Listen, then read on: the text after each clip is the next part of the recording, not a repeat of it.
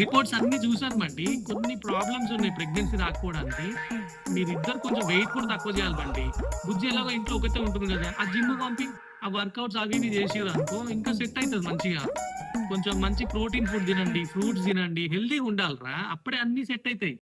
Okay doctor. అమ్మ బుజ్జి నీకు okay కదా జిమ్కి వెళ్ళడం అవి? Okay doctor.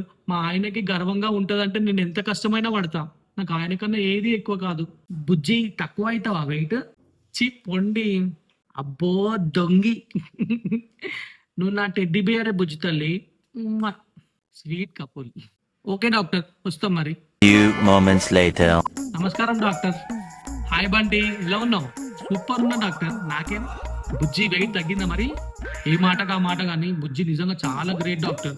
92 కేజీస్ నుంచి 62 కేజీస్కి వచ్చింది డాక్టర్. ఆమె డెడికేషన్కి చాలా మెచ్చుకోవాలి. బుజ్జిని ఫస్ట్ టైం చూసినప్పుడే అనుకున్నారా తనలో ఆ పట్టుదల ఉంది. కాకపోతే కొంచెం ఖర్చు ఎక్కువైంది. ఊర్లో ఎకరం పొలం ఉంటే అర్ధ ఎకరం అమ్మేసిన డాక్టర్.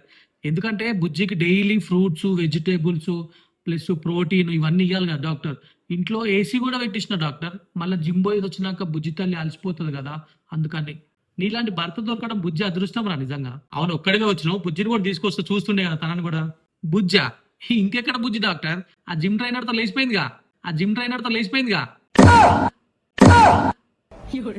ఏం మాట్లాడుతున్నావు బంటి? అంటే ఇప్పుడు బుజ్జి సన్నగా అయింది కదా డాక్టర్, నేను దొడ్డుగా అనిపిస్తున్నా, వాడు మంచిగా అనిపించిండు, వెళ్ళిపోయింది. బంటి ఇట్లా అవుతుంది అనుకోలేదురా. నీకు నా మీద ఏమైనా కోపం ఉందా? నాకెందుకు కోపం ఉంటుందిరా బంటి?